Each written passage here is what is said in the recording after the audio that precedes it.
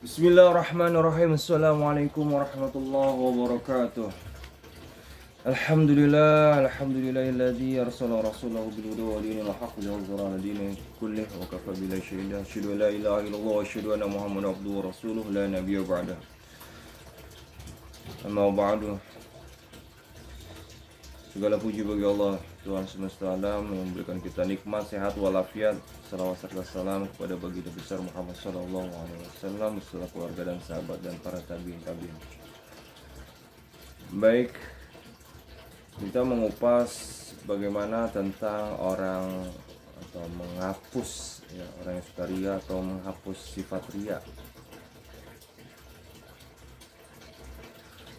Baik, di dalam Fathur Rabbani bahwasanya Syekh Abdul Qadir Jalani atau Syekh Al-Muhyiddin pernah menyampaikan di tanggal 19 Syawal 545 Hijriah bahwasanya orang munafik itu pakaiannya bersih tetapi hatinya kotor, tidak menyukai yang mubah dan malas di dalam bekerja. Dia menggerogoti agamanya sendiri, tidak berhati-hati terhadap sejumlah keharaman yang sudah jelas. Dia menyamarkan urusannya di hadapan umum, tetapi saat sendirian dia akan memperlihatkan keculasannya. Kejuhudan dan ketaatannya hanya lahiriah.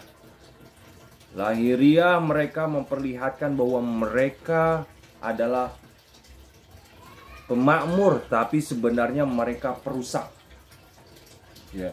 Jadi orang munafik itu hanya terlihat luarnya saja dia bagus, luarnya bersih, tapi hatinya kotor.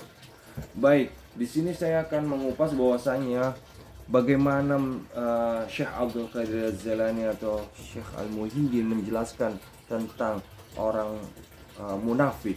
Akan tetapi beliau ingin menyampaikan bahwasannya bagaimana seorang muridin atau salikin, orang yang ingin mengenal Allah bukan hanya sekedar penampilan luarnya, akan tetapi penampilan zahir dan batinnya pun harus bisa dibersihkan, dengan artian seperti itu.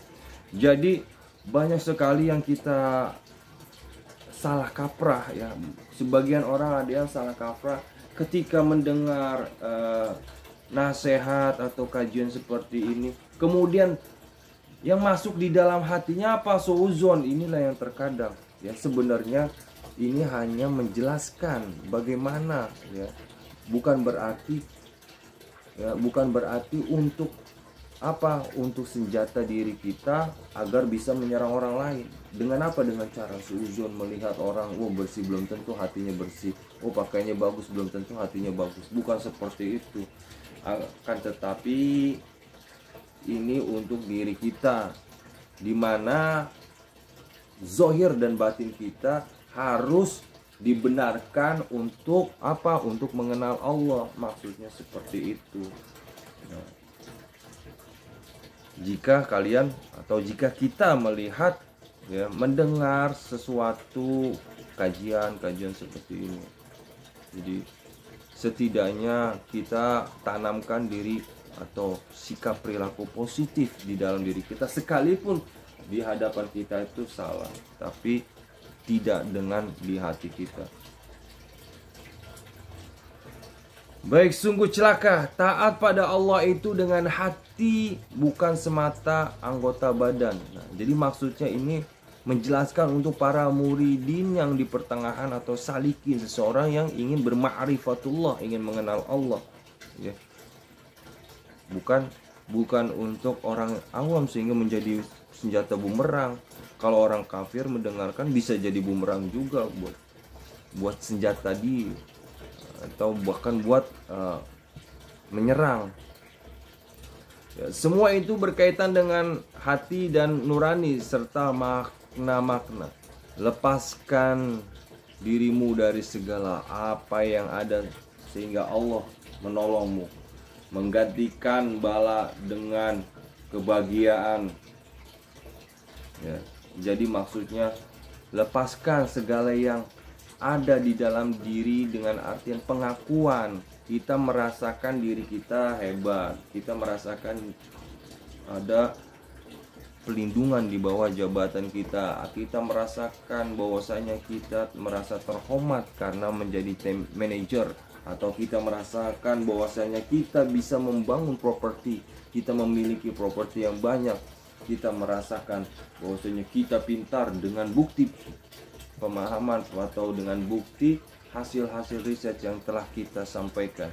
Ini yang harus dibuang sehingga kita mampu menghadap Allah. Dengan begitu, dengan artian Allah akan menolong kita, ya. Makanya ada kalanya manusia itu dihadapkan pada suatu kesulitan, kesusahan, sehingga tidak ada lagi yang bisa menolongnya. Disitulah sebenarnya dia ditarik untuk apa? Untuk mengenal Allah, untuk memohon kepada Allah, dan untuk meminta perlindungan kepada Allah. Ya, singkat cerita bahwasanya semalam ketika saya bertemu seorang pemulung, saya bertanya, "Bapak udah lama menjadi pemulung?" Udah lama. Sebelumnya pernah kerja?" "Iya, saya pernah kerja di suatu perusahaan ternama, perusahaan kontraktor terbesar." Nah, terus bagaimana Pak setelah merasakan ini? Saya merasa minder, malu, ya kan, karena saudara-saudara saya seorang yang berpendidikan, berpengetahuan, bertahta jabatan, ya. Jadi saya malu, ya. Saya tanya kembali, apakah Bapak sudah menerima semua keadaan? Ya, saya masih proses, ya kan? Karena beratnya di mana saya dulu menjadi pekerja yang cukup menghasilkan, kemudian saat ini saya bisa menjadi pemulung, ya, yang dulu saya bisa menghabiskan katakanlah 500 hingga 1 juta sehari, bahkan lebih. Akan tetapi hari ini saya hanya bisa mendapatkan 40.000 dengan hasil memulung. Yang dulu saya juga pengusaha peternak lele yang bisa, ya, menjual hasil ternak saya, namun hari ini saya hanya sebagai pemulung.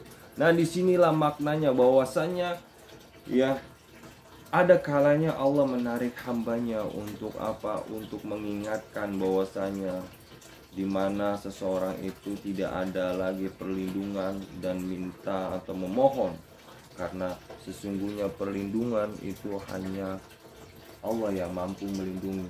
Memohon itu hanya kepada Allah. Bahkan bapak itu pun cerita ketika dia minta pinjaman 200.000 kepada saudaranya, kemudian dia menunggu hingga larut malam dan hasilnya tidak mendapatkan apa-apa. Inilah bukti bahwasanya saudara pun tidak mampu memberi pertolongan, memberi bantuan di saat dia susah, ya. Sekalipun bapak itu untuk berobat, ini bahwasanya hanya Allah lah yang mampu memberi perlindungan, pertolongan. Manusia hakikatnya hanya perantara. Nah, di sini harus perlu kita sadari, ya. Mata hati kita harus terbuka sesuai dengan mata zahir yang kita lihat. Kita saksikan bahwasanya mata zahir diperlihatkan bagaimana orang sakit, mata zahir diperlihatkan bagaimana orang susah, mata zahir diperlihatkan bagaimana orang kaya, dan mata zahir diperlihatkan bagaimana orang yang bersyukur.